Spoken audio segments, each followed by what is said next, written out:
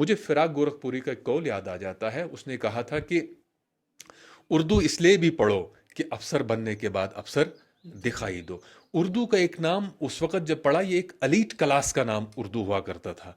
कि उर्दू एक आम को यूं ही नहीं, एक नई तहकीक के मुताबिक उर्दू ऋग्वेद का लफ्ज़ है, जिसमें उर और दो अलग अलग माने। उर के माने ऋग्वेद के मुताबिक दिल के हैं और दो के माने जान के हैं। कि जब सूफिया का जब आप देखेंगे, वो जब तज़किया करते हैं इंसान का, वो रूह और दिल का करते हैं। क्या आप नीट और IIT JEE मेंस एग्जाम की तैयारी के लिए बेस्ट कोचिंग इंस्टीट्यूट ढूंढ रहे हैं? जो हो आपके आसपास, ऐसा इंस्टीट्यूट जो करवाए आपको हर फाउंडेशन कोर्स की बेस्ट तैयारी, ऐसा इंस्टीट्यूट मिल पाना मुश्किल होता है। तो हो जाइए तैयार यूनिक क्लासेस डोडा के साथ। हम लेकर आए हैं आपकी सभी मुश्किल का हल। जी हाँ, डोडा, भदरवा और किश्तवाड़ के स्टूडेंट्स के लिए है खुशखबरी। यूनिक क्लासेस लेकर आए हैं foundation course 11th and 12th class for subject physics, chemistry, biology and maths and pre-foundation course for 6th to 9th class। इसके साथ ही JNV एंट्रेंस और सैनिक स्कूल एग्जाम की तैयारी के लिए बेस्ट कोचिंग आपके अपने शहर डोडा में। यहाँ आपको मिलते हैं courses for NEET dropper batch, JEE dropper batch and crash course, foundation 11th and 12th, board plus NEET, pre foundation 6th to 10th। Unique classes Doda 10 वर्षों से लगातार बेहतरीन रिजल्ट देने वाली एकमात्र इंस्टीट्यूट है। हमारी विशेषताएं हैं experienced IITian and NIITian Delhi and Kota की बेस्ट फैकल्टी। प्रत्येक बैच में लिमिटेड 25 स्टूडेंट्स और हर एक स्टूडेंट को पर्सनल अटेंशन, प्रिंटेड नोट्स और updated study material, weekly test series, affordable fees. Unique classes Doda आपको देता है best faculty, best result, dropper batch start. तो आइए और आज ही रजिस्ट्रेशन कराएं। Unique classes, Faridia building, Barth road Chowk, near town hall, Doda city. Call us 9622014470 and 9103147098।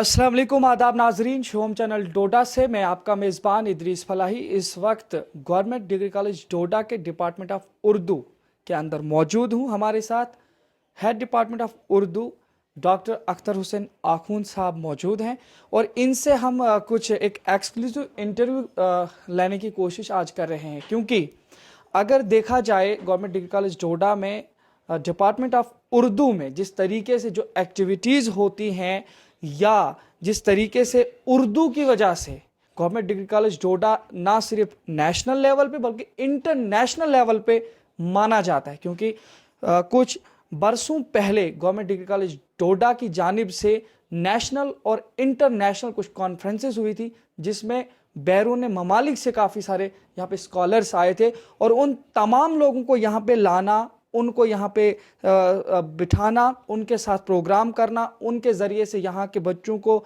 जो है दिखाना कि किस तरीके से इंटरनेशनल लेवल के लोगों के साथ बैठा जाता है, इंटरनेशनल लोगों के साथ यहाँ के बच्चों को, यहाँ के लोगों को मिलाना।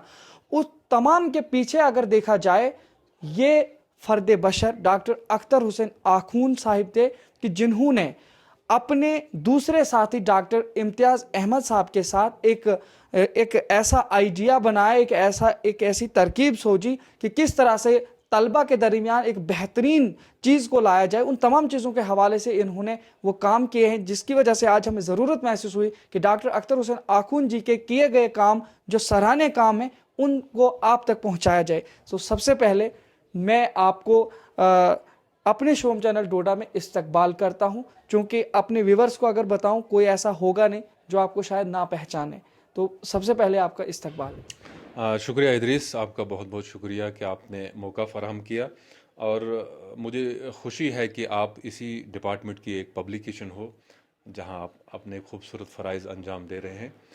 अगर मैं शोबे उर्दू डिग्री कॉलेज डोडा की बात करूं, इसको अल्लाह का मैं पहले शुक्र अदा करता हूं कि उसका करम और फजल साथ में रहा। और जब मैं यहाँ पर एज ए असिस्टेंट प्रोफेसर तैनात हुआ और शोबे की सरबराही की जिम्मेदारी मुझ पे आयद की गई। तो अल्लाह के ख़ास कर्मों में से एक कर्म ये हुआ कि डॉक्टर शफ़क़त हुसैन रफ़ीकी उन दिनों कॉलेज के प्रिंसिपल मुकर्रर हुए। और दूसरा ख़ास कर्म हुआ कि मेरे अपने ही हम मज़मून और शोबे के साथी डॉक्टर इम्तियाज़ बलेसी की तैनाती भी इसी कॉलेज में हुई। चूँकि हम क्लासमेट भी रहे हैं तो एक हम ख्याल भी हैं और हम मज़मून भी हैं। तो ये कुल मिलाकर हमने सोचा कि क्यों ना उर्दू अदब को एक रिवायती मौज़ूआत से इसको बाहर निकालने की कोशिश की जाए। एक ट्रेडिशन जो उर्दू अदब में सेमिनार्स और कॉन्फ्रेंस की चल रही थी, तो हमने कोशिश की कि उसको थोड़ा मौज़ूआत को बदला जाए और जो इस वक्त ज़रूरत है मुख्तलिफ़ मौज़ूआत की, मुख्तलिफ़ चीज़ों की, उर्दू अदब के उस हिस्से को बाहर निकालने की कोशिश की जाए। हमने सबसे पहले ज़िला सतह का एक मुशायरा यहाँ पे किया। उसके बाद एक यक रोज़ा कौमी सेमिनार आलमी अमन में ज़बान व अदब का किरदार उस हवाले से किया। फिर सितंबर के 2018 सितंबर के महीने में हमने एक इंटरनेशनल पीस कॉन्फ्रेंस उर्दू अदब के हवाले से यहाँ पे की डॉक्टर शफ़क़त रफ़ीकी की क़यादत में, जिसमें बैरून ममालिक से भी और हिंदुस्तान की तमाम जामियात से भी स्कॉलर्स प्रोफेसर ने उसमें शिरकत की है। लेकिन उसके बाद कोविड रहा, कुछ ऑनलाइन प्रोग्रामत हुए।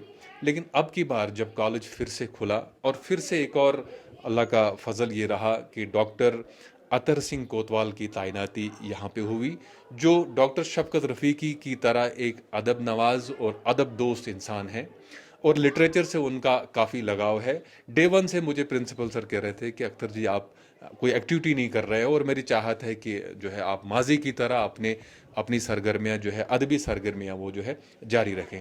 तो आज उन्हीं के कहने पर मैंने एक बार हमने शोबे की तरफ से एक कैलेंडर जारी किया जिसमें हमने मुख्तलिफ मौज़ूआत रखे, माहाना तरतीब दिए कि शेर कैसे पढ़ें। आमतौर पर आप देखते हैं कि बच्चे जब शेर पढ़ते हैं किसी भी स्टेज पे, किसी भी प्रोग्राम के, शेर की ये खासियत है अगर इसको सही तरीके से पढ़ा जाए फिर उसकी तशरीह की ज़रूरत नहीं रहते हैं, क्योंकि जज्बात और एहसासात की तर्जमानी जो अशार के अंदर होती है वो आम ज़ुबान में नहीं हो सकती है। तो इस पर हमने एक तौज़ी लेक्चर का इनेकाद करना है। फिर उर्दू शायरी का सेकुलर मिजाज क्या है, इस पे हमने एक प्रोग्राम तरतीब दिया है। उसके बाद एक इंटरनेशनल वेबिनार हम कराने जा रहे हैं, गालिब की शायरी में साइंसी अनासिर। गोया कि गालिब को भी थोड़ा अपने उस रिवायती अंदाज में, गालिब के यहाँ इश्क, माशूक वगैरह ये एक साइंस है और आशिक मजनून इसके यहाँ एक साइंसदान है। इसके यहाँ आशिक इलेक्ट्रॉन और लैला प्रोटॉन की शक्ल में आ जाती है। तो साइंसी जो इनकशाफात गालिब की शायरी में हैं उसको खंगालने की कोशिश की जाए। फिर अफसाने लिखने की टेक्निक क्या है उस पर एक वर्कशॉप हम कर रहे हैं। हुब्बुल वतनी में उर्दू शायरी का किरदार, इस पर तकरीरी मुकाबला हम करने जा रहे हैं। फिर एक और मई में हम एक इंटरनेशनल वेबिनार करने जा रहे हैं, माहौलियाती बचाव में उर्दू शायरी का किरदार। इसके मौजू पे हम एक इंटरनेशनल वेबिनार कराने जा रहे हैं। आप देखें ग्लोबल वार्मिंग के चैलेंजेस हैं, बाकी दूसरे हैं। तो हम कोशिश कर रहे हैं कि उर्दू अदब को और उर्दू शायरी को, जो साइंस, फ़लसफ़ा, इन तमाम अमन, इन हवाले से इन मौज़ूआत को उर्दू अदब में निखारने की कोशिश की जाए और फिर बच्चों के अंदर इनकी मुख्तलिफ़ तरीके से इनकी तरबियत की। माजी में आप देखते हैं कि हमने एक एक्टिविटी की थी, ये किताब हमने मुरतब की थी रूबरू। इसमें हमने जो तलबा थे उनको सिविल सोसाइटी, अदीब, शुअरा और समाजी कारकुनों के साथ उनकी मुलाकात कराई थी। तो उस मुलाकात को हमने फिर तरतीब दिया और इसको आप देखते हैं हबीब मॉल, यहाँ एक है तारिक साबवानी, उन्होंने उसको स्पॉन्सर किया। गोया कि हमने कोशिश की है कि उर्दू अदब, क्योंकि समाज जो है वो अदब की लेबॉर्ट्री है, हमने कोशिश की है इस अदब को समाज तक, उस लेबॉर्ट्री तक ले जाने की। और अल्हम्दुलिल्लाह हमारी सिविल सोसाइटी के साथ बड़े अच्छे ताल्लुकात रहे हैं। माजी में हमने एक किताब शाया की थी, अदब, अदीब और आलमी अमन। ये आप देखें होटल दरबार रेस्टोरेंट ने इसको स्पॉन्सर किया था। उसके बाद एक और कॉन्फ्रेंस हमने की थी जिसकी अदब, इंसान दोस्ती और आलमी अमन, ये किताब हमने शाया किया और इसको खान्स प्लाजा ने, शुजा इकबाल खान जिसके मतलब मालिक हैं, उन्होंने स्पॉन्सर किया। गोया 3 किताबें अभी तक हमारी डिपार्टमेंट की, शोबे की आ चुकी हैं और तीनों किताबें जो है सिविल सोसाइटी ने स्पॉन्सर की है। क्योंकि हम कोशिश कर देखते हैं, आप साइंस की लेबॉर्ट्री का भी एक हिस्सा है, उसका एक अपना रूम है, अपना चैम्बर है। अदब की जो लेबॉर्ट्री है वो समाज है, वो तजुर्बागाह समाज है। तो आप जो एहसासात, जो जज्बात, जो रवैये समाज के अंदर पनपते हैं वो अदब का हिस्सा बन जाते हैं। इसलिए हमारी कोशिश है कि अदब को खास करके कॉलेज और शोबे उर्दू को सिविल सोसाइटी तक पहुंचाया जाए और सिविल सोसाइटी को इसके साथ मिलाया जाए।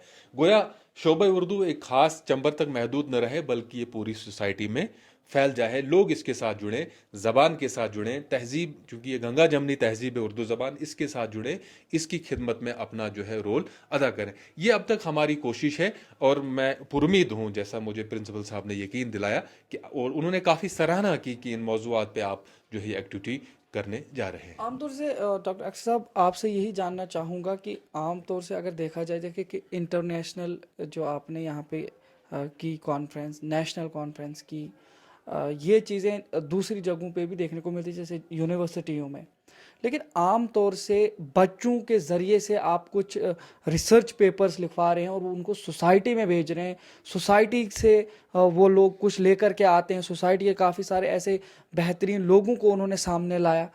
तो ये आइडियाज़, ये सोच, ये किस तरह से आपके दिमाग में आती है, क्या मतलब किस तरह कैसे, क्योंकि ये एक ऐसी चीज़ है नहीं कि आप उर्दू को एक साइंटिफिक वे में ले रहे हैं, कैसे हो?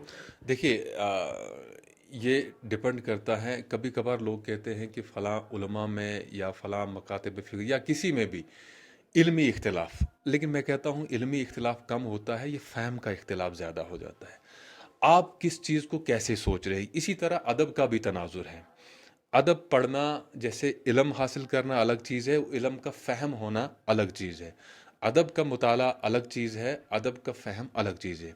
होता क्या है, आमतौर पर जब हम पढ़ाते हैं ना कॉलेजेस या स्कूलों में, हम क्रिटिसिज्म पढ़ाते हैं, हम अदब बहुत कम पढ़ाते हैं। जब आप बराह रास्त अदब को पढ़ेंगे, टेक्स्ट को पढ़ेंगे, आपकी नई नई चीज़ें आपको वहाँ से उभर के आती हैं। आप गालिब को पढ़ें, इवन कि आप प्रेमचंद को पढ़ें, उसकी देहात की जो तस्वीर कशी उसने की, उसने बड़ी खूबसूरत एक जुमला कहा है कि अगर मेरे अफसानों के अंदर आपको देहात की तस्वीर कशी करते हुए मेरे अफसानों के अंदर अगर आपको गोबर की बू नहीं आती है, उसकी स्मेल नहीं आती है, तो मेरा अफसाना हकीकत में मबनी नहीं है। तो गोया इस बात का वो सबूत देता है कि मैंने फिजिकली विजिट किया है, मैं समाज में गया हूं, मैंने उसको ड्राइंग रूम से नहीं देखा है। ड्राइंग रूम से समाज को देखना एक अलग नजरिया आपके पास आ जाता है, लेकिन आप देहात में उस गौखाने में जाकर वहां गोबर की स्मेल ले लें, उसका अलग मज़ा है, जो कि प्रेमचंद के अफसानों में आपको हाँ मिलती है। तो हमारी भी कोशिश रही कि तलबा को, चूंकि एक तजुर्बागाह है समाज, उनको समाज में भेजा जाए, इनको एक शख्सियत से मुलाकात कराई जाए। क्योंकि आप देखते हैं जब आप एमफिल या पीएचडी में स्कॉलर से आ जाते हैं तो मौजूआत क्या होते हैं, शख्सियत की खिदमत, हयात और अदबी खिदमत, या जो उनका कंट्रीब्यूशन रहा उस हवाले से एमफिल या पीएचडी होती है अक्सर। तो हमने कोशिश की है कि बच्चों को वो एक्सपोजर कॉलेज लेवल पे दिया जाए जो उनको यूनिवर्सिटी में हासिल होता है। अल्हम्दुलिल्लाह आज डोडा कॉलेज के बिलखुसूस शोबे उर्दू के तलबा, जिनमें असदुल्ला वानी इस वक्त जेएनयू में है, आपका माजिद रशीद उर्दू डिपार्टमेंट का सीआर है और कल्चरल सेक्रेटरी है, बासित अयानी उर्दू डिपार्टमेंट में है, ताबिश घट का लॉ डिपार्टमेंट में एक रीडिंग स्टूडेंट है, और ताहिर डार लॉ डिपार्टमेंट में एक अच्छा लीडिंग स्टूडेंट है। तो उनका कहना है कि सर जो तजुर्बात, जो चीज़ें आपने हमें कॉलेज लेवल पे कराई थी, वो हमें 3rd या 4th सेमेस्टर में यूनिवर्सिटी को देखने को मिल रही है।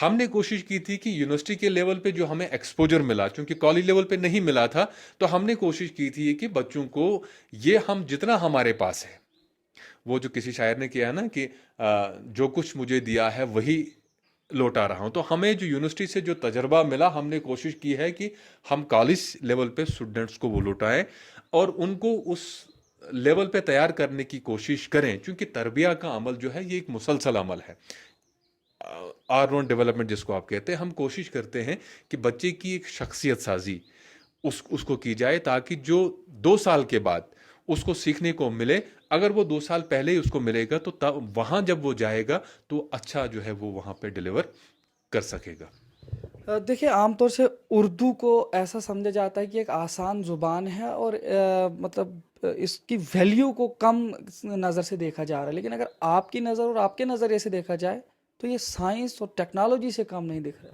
देखिए हमने एक सेमिनार रखा है कि गालिब की शायरी में साइंसी अनासर, जो कुछ बातें मैंने आपसे बातें करी कि गालिब के यहाँ आशोक माशूक ये साइंस ही है कि, और ये इश्क माशूक वगैरह ये साइंस है, और आशिक मजनून वगैरह इसके यहाँ एक साइंसदान की शक्ल इख्तियार करता है। इसके यहाँ मजनून एक इलेक्ट्रॉन है, लैला एक प्रोटॉन की शक्ल में आ जाती है। मुख्तलिफ किस्म, जब आप गालिब को की शायरी को खंगालने की कोशिश करेंगे तो आप देखेंगे कि उस वक़्त इतने इंकशाफात साइंस के जितनी पहले गालिब वो बात कर जाता है। तो यहाँ भी ये देखने की मतलब कोशिश करनी है कि अलग अलग से पहलों गालिब की शायरी के उसमें जो है साइंसी मुतल्लिक क्या है। दूसरी बात, आम तौर पर हम क्या करते हैं स्कूल और कॉलेजेस में, ये आपकी कहना सही है कि एक उर्दू को हम आसान समझ, जब आप उसको आसान समझेंगे तो आप तलबा को भी उतना डिलीवर नहीं कर पाएंगे। आप उनको भाई ये ज़बान है, आप आपकी मादरी ज़बान है, आप उसको खुद भी पढ़ सकते हैं। जब आप ये कह कर टाल देते हैं तो बच्चे खुद नहीं पढ़ते हैं। आप उनको ये एहसास दिलाते हैं कि भाई ये कुछ नहीं है, आप इसको कोई भी पढ़ सकता है, तो नतीजा ये होता है कि उनकी प्रोनंसिएशन, उनका तलफ़ुज़ फिर सही नहीं होता है। तो मैं टीचर से भी गुजारिश करता हूँ कि वो क्लास में उर्दू पढ़ाने, हिंदी पढ़ाने, जो भी पढ़ाने लैंग्वेज पढ़ाने जाते हैं वो तैयार होके जाएं और बच्चों को उसकी अहमियत दिलाएं। मुझे फिराक गोरखपुरी का एक कौल याद आ जाता है। उसने कहा था कि उर्दू इसलिए भी पढ़ो कि अफसर बनने के बाद अफसर दिखाई दो। उर्दू का एक नाम उस वक़्त जब पढ़ा, ये एक एलीट क्लास का नाम उर्दू हुआ करता था कि उर्दू एक आम को यूं ही नहीं, एक नई तहकीक के मुताबिक उर्दू ऋग्वेद का लफ्ज़ है जिसमें उर और दो अलग अलग माने। उर के माने ऋग्वेद के मुताबिक दिल के हैं और दो के माने जान के हैं। कि जब सूफिया का जब आप देखेंगे वो जब तज़किया करते हैं इंसान का, वो रूह और दिल का करते हैं। रूह जब और दिल जब साफ हो जाए तो इंसान सही लाइन पे आ जाता है, उसकी पर्सनैलिटी संवर जाती है। इसीलिए उर्दू ऐसी ज़ुबान है, यह आपकी शख्सियत को संवारती है, यह आपकी पर्सनैलिटी डेवलपमेंट में एक अहम किरदार अदा करती है। तो मुझे लगता है कि तलबा को इसको सीखना चाहिए। और आदमी, वो अफलातून के पास कोई शख्स बड़े खूबसूरत सूट लगा कर बैठा, तो काफ़ी देर बैठने के बाद उसने कहा आप बातें करो ताकि मुझे पता चल जाए आपकी शख्सियत क्या है। तो जब आप बात करते हैं तो आपकी शख्सियत का इंकशाफ हो जाता है, इज़हार होता है।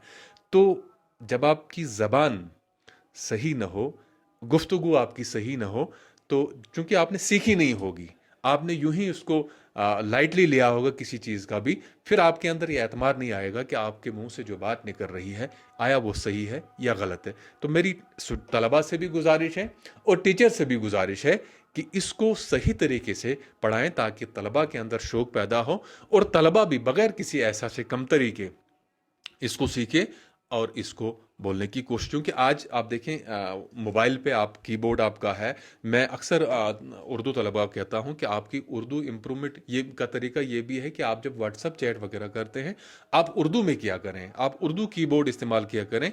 इससे क्या होगी, आपकी ज़बान भी इससे दुरुस्त होगी और इसमें इम्प्रूवमेंट आएगी। जिस तरह से अगर हालिया इस वक्त के जो स्टूडेंट्स आपके पास पढ़ रहे हैं उर्दू में, डिपार्टमेंट ऑफ उर्दू में, तो क्या लगता है आपको कुछ ऐसे तलबा हैं कि जिनमें आप अपने कुछ आइडियाज़ डालेंगे और वो निखर करके सामने आएंगे और समाज के लिए एक बेहतर पैगाम जाएगा? देखिए, मैं पुरुमीद हूँ। मैंने आपसे कहा कि ये एक किताब है जो इस बात का सबूत है कि तलबा रहे। देखिए, हर साल आपको अगर क्लास में 50 बच्चे या 100 बच्चे हों तो 100 के 100 बच्चे नहीं एक जैसे निकल पाते हैं। हर बच्चे का अंदर डिफरेंट पोटेंशियल होता है, डिफरेंट सलाहियत होती है। टीचर का काम ही होता है कि उस सलाहियत को पहचाने। और सबसे बड़ी बात जो होती है कि आप स्टूडेंट को बूस्ट करें, उसको मॉरली आप उसको डिग्रेड न करें। पॉजिटिव एटीट्यूड बच्चे के साथ रखने। देखिए, मैं आपको एक मिसाल देता हूँ। एडिसन बड़ा अच्छा साइंटिस्ट गुजरा जिसने बल्ब भी ईजाद किया है। इसको स्कूल से जब निकाला, स्कूल वालों ने खत दिया, माँ इसके घर में थी और देखा, जब माँ ने खत पढ़ा, पढ़ के कहा बच्चे को कि बेटा, स्कूल वालों ने ये लिखा है कि हमारा स्कूल बहुत पीछे है और आपका बच्चा बहुत आगे है, हम इसको मैनेज नहीं कर पाएंगे, हमारे पास वो टीचर नहीं है जो इसको पढ़ा पाएंगे, इसलिए आप इसको किसी दूसरे स्कूल में इसका दाखिला लें। तो माँ ने कहा कि बेटा, मुझे ही लगता है कि अब कोई स्कूल है जो आपको पढ़ा सके, मैं खुद आपको पढ़ाऊंगी। अब माँ ने बच्चे को खुद पढ़ाना शुरू किया कि कोई टीचर, कोई स्कूल ऐसा नहीं है जो आपको पढ़ा सके आपकी सलाहियतों के मुताबिक। आते आते जब एडिसन साइंटिस्ट बना, जब उसकी कई ईजादात आ गई मंजर आम पर, उसकी वालिदा का भी इंतकाल हो चुका था, तो एक बार अपने वो पुराने डॉक्यूमेंट्स को जब खंगालने लगा तो स्कूल का वो लेटर उसके हाथ लगा। लेटर में क्या लिखा था कि आपका बच्चा निहायत ही नालायक तरीन कुंद जहन है, डल है, एक नंबर का नालायक है, ये नहीं पढ़ सकता है, इस पे हम टाइम वेस्ट नहीं कर सकते हैं, ये बहुत पीछे है बाकी बच्चों से, इसलिए हम इसको स्कूल से निकाल देते हैं। एडिसन जब उसको पढ़ने लगा तो उसकी आंखों से आंसू गिरने लगे कि मेरी माँ ने मुझे इस खत का मतन, इसका टेक्स्ट ये पढ़कर सुनाया था कि अगर मेरी माँ उस वक्त उसको कहती तू नालायक है, वो उसी वक्त उस वक्त कोलैप्स हो सकता था। उसने क्या कोशिश की, माँ ने उस बच्चे के अंदर जो पोटेंशियल था उसको बाहर लाने की कोशिश की थी। ये न सिर्फ टीचर का काम है बल्कि पेरेंट्स का भी। एज ए पेरेंटिंग की जब हम बात करें तो पेरेंट्स का भी ये रोल है कि अपने बच्चों को डिमोरलाइज ना करें। कंपैरिजन जब हम एक बच्चे का दूसरे बच्चे के साथ करते हैं, गोया आप अपने बच्चे को डिमोलिश कर देते हैं, उसकी सलाहियतों को कोलैप्स करते हैं। तो यही होता है कि कुछ बच्चे होते हैं, जैसे आज मैं बात कर रहा था क्लास में, कुछ हैं जो अफसाना निगार हैं, कुछ लोग हैं जो शायर हैं। अब ये खाम माल आपके पास है, अब इसको निखारना है, अब इसको संवारना है। टीचर का क्या, ये फैसिलिटेट करता है, जो बच्चे के अंदर टैलेंट होता है उसी को बाहर निकालता है। बच्चे को इतना माहौल, इतना एटमॉस्फेयर देना है कि वो अपनी सलाहियत का खुल के इजहार करे। उसको जब आप नफ्सियाती दबाव में रखेंगे तो उसके यहाँ जो टैलेंट है वो एक ऐसा से कमतरी का शिकार होगा। वो हर वक्त ये सोचेगा कि आया जो कुछ मेरे मन में है, जो कुछ सलाहियत मेरे, ये ठीक है कि गलत है, उसको निकालने की कोशिश करना। फिर टीचर का काम है उसको पॉलिश करना। और मैं उम्मीद करता हूं कि माजी में भी शोबे उर्दू ने एक अच्छे पीस एम्बेसडर, एक अच्छे समाजी कारकुन, एक अच्छे टीचर्स, एक अच्छे मतलब सहाफ़ी समाज को दिए हैं, एक अच्छे शायर अदीब दिए हैं। और हमारी आगे भी कोशिश रहेगी कि हमारे यहाँ वो प्रोडक्शन, चूँकि स्कूल, कॉलेज या टीचर ये एक मैन मेक फैक्ट्री होता है। अल्लामा इकबाल कहता है शेख मकतब है एक इमारत घर जिसकी सनत है रोह इंसानी। स्कूल कॉलेज किसी बिल्डिंग का नाम नहीं होता है, स्कूल कॉलेज तलबा से होता है, स्टूडेंट से होता है। तो अल्लामा इकबाल कहता है कि एक ऐसी फैक्ट्री है स्कूल और कॉलेज, यहाँ एक अपना डिज़ाइन है, अपना सांचा है, और इस फैक्ट्री से क्या आते हैं, आदमी इंसान बन के निकल के आते हैं। जैसे गालिब ने कहा था, बस कि दुश्वार है हर काम का आसान होना, आदमी को भी मैसर नहीं है इंसान होना। गोया यहाँ आदमी इंसान बन के निकलता है। आदमी एक मादी वजूद है, इंसान एक अखलाकी वजूद है। तो एक मादी वजूद जो टीचर के पास आता है वो एक अखलाकी वजूद बन के चला जाता है, इंसानी वजूद बन के चला जाता है, जो कल मुल्क और माशरे की डेवलपमेंट में अपना अहम किरदार अदा करता है। तो आखिरी मैसेज आपसे लेना चाहेंगे, क्योंकि काफ़ी सारी ऐसी चीज़ें हैं जो ना सिर्फ स्टूडेंट्स के लिए बल्कि जितने भी उर्दू डिपार्टमेंट के रिलेटेड टीचर्स हैं, चाहे वो गवर्नमेंट स्कूल जो मिडल हैं, हाई स्कूल, हायर सेकेंडरीज हैं, वहाँ के उन टीचरों को भी और वहाँ के स्टूडेंट्स को भी आपके इस इंटरव्यू से काफ़ी मदद मिल सकती है, और ख़ास करके जो स्टूडेंट्स हैं उनको भी काफ़ी हद तक मदद मिल सकती है। आखिर पर हम आपसे एक बेहतरीन मैसेज यहाँ के जो यूथ हैं या जो भी उर्दू के साथ जुड़े लोग हैं उनके लिए एक मैसेज बेहतरीन आपसे। देखिए, मैसेज यही है कि आप ज़बान कोई भी हो उसको सीखें और उसका तलफ़ुज़ सीखें, उसकी अदायगी सीखें। और मैं कहता हूँ इंग्लिश भी सीखें, अरबी ज़ुबान भी सीखें, हिंदी भी सीखें, उर्दू भी सीखें, और जो भी आपका इस वक्त कॉन्स्टिट्यूशनल लैंग्वेजेस हमारी हैं वो तमाम ज़बानें सीखें। और जितनी ज़बानों पे आपकी गिरफ्त हो, आपकी पकड़ मजबूत हो, उतना आपके पास इल्म हो सकता है, उतना आपकी जो है वो ज़बान की जो कॉन्स्टिट्यूंसी है वो आपकी बढ़ सकती है। उतने लोगों के साथ आपका अपने ख़यालात का तबादला ख़याल कर सकते हैं, इंटरेक्शन कर सकते हैं, उतने लोगों तक आप अपना पैगाम पहुंचा सकते हैं। इसलिए तमाम तलबा से भी और आम उर्दू असातिज़ा से भी ये मेरी गुजारिश रहेगी कि वो जब भी क्लास में जाए प्रिपेयर होके जाएं, और तलबा को भी इस अंदाज से पढ़ाएं कि उनको लगे कि नहीं हमें ये सीखना है। देखिए, गालिब की एक ख़ास बात, गालिब जब शायरी करता था तो वो कहता था कि अगर मेरा शेर यूं ही समझ में आ जाए तो उसकी कोई अहमियत ना रहेगी, तो उस शेर पे उसको थोड़ा मेंटल एक्टिविटी करनी पड़े। जब आप बच्चे को कहते हैं कि भाई आप खुद पढ़ लेना, ये आसान है, तो बच्चा भी सोचता है, वो उसको अहमियत नहीं देता है। नतीजा ये होता है कि जब वो उसके पास वो ग्रेजुएट भी होता है, पोस्ट ग्रेजुएट भी हो जाता है, लेकिन उसको बात करनी नहीं आती है। नतीजा यही रहा होता है कि उसको कहा गया होता है कि भाई ये आसान है। उसी आसान के चक्कर में एक वक्त आ जाता है कि वही ज़बान जिसके लिए कभी आसान कही जाती थी, मुश्किल बन जाती है। इसलिए इस पे तवज्जो दे, अदबी ज़ुबान सीखे, अखबारात को पढ़े और टेक्स्ट को पढ़े, और थोड़ा चूंकि आज मोबाइल है, गूगल से हट के किताबों की तरफ तलबा भी आ जाए, टीचर भी आ जाए, तो मैं उम्मीद हूँ कि आने वाले वक्त में जो है ज़बान फलेगी, फूलेगी। और ज़बान की जब हम कॉन्स्टिट्यूंसी की बात करते हैं, देखिए जब ज़बानें बोली जाती ना, फिर जितनी कॉन्स्टिट्यूंसी हिंदी और उर्दू ये मिलाकर, क्योंकि ये दोनों को मिलाकर हिंदुस्तानी ज़बान कहा गया, तो फिर एक दुनिया की दूसरी बड़ी ज़बान में बोलने में जब आ जाती है तो बड़ी ज़बानों में इसका शुमार हो जाता है। तो हमारी कोशिश रहनी चाहिए, फिर इसी बात से, फिराक गोरखपुरी की इसी बात से, कि उर्दू इसलिए भी पढ़ो कि अफसर बनने के बाद अफसर दिखाई दो। क्योंकि आपका जो हल्का है, आपको जब बात करनी होती है यहाँ, तो आपको उर्दू में ही करनी पड़ती है। बहुत कम ऑडियंस आपका ऐसा होता है जिन्हें आप अंग्रेज़ी में बात करने की आपको नौबत आ जाती है। तो आपकी जब ये ज़बान दुरुस्त होगी, आप सही तरीके से अपनी बात को दूसरों तक कम्युनिकेट कर सकेंगे। बहुत शुक्रिया। हमारे साथ बात कर रहे थे मेरे भी उस्ताद मोहतरम डॉक्टर अख्तर हुसैन आखून साहब, जो कि अपनी खिदमत अंजाम दे रहे हैं गवर्नमेंट डिग्री कॉलेज डोडा में। इनके साथ कुछ खास गुफ्तगू हुई। गुफ्तगू के दौरान इन्होंने काफ़ी हद तक उर्दू से जुड़े तलबा के अलावा भी जो भी समाज में इस वक्त लोग हैं जिनके पास उर्दू की अहमियत नहीं रही है, इन तमाम चीज़ों की अहमियत को फिर से उभारने के लिए डॉक्टर अख्तर हुसैन आखून साहब की ये बातें कारआमद साबित होंगी। फिलहाल इसी तरह देखते रहिए शुभम चैनल डोडा। अपने मेज़बान इदरीस फलाही को दीजिए इजाज़त। मज़ीद पेशकश करेंगे, तब तक के लिए अल्लाह हाफिज़।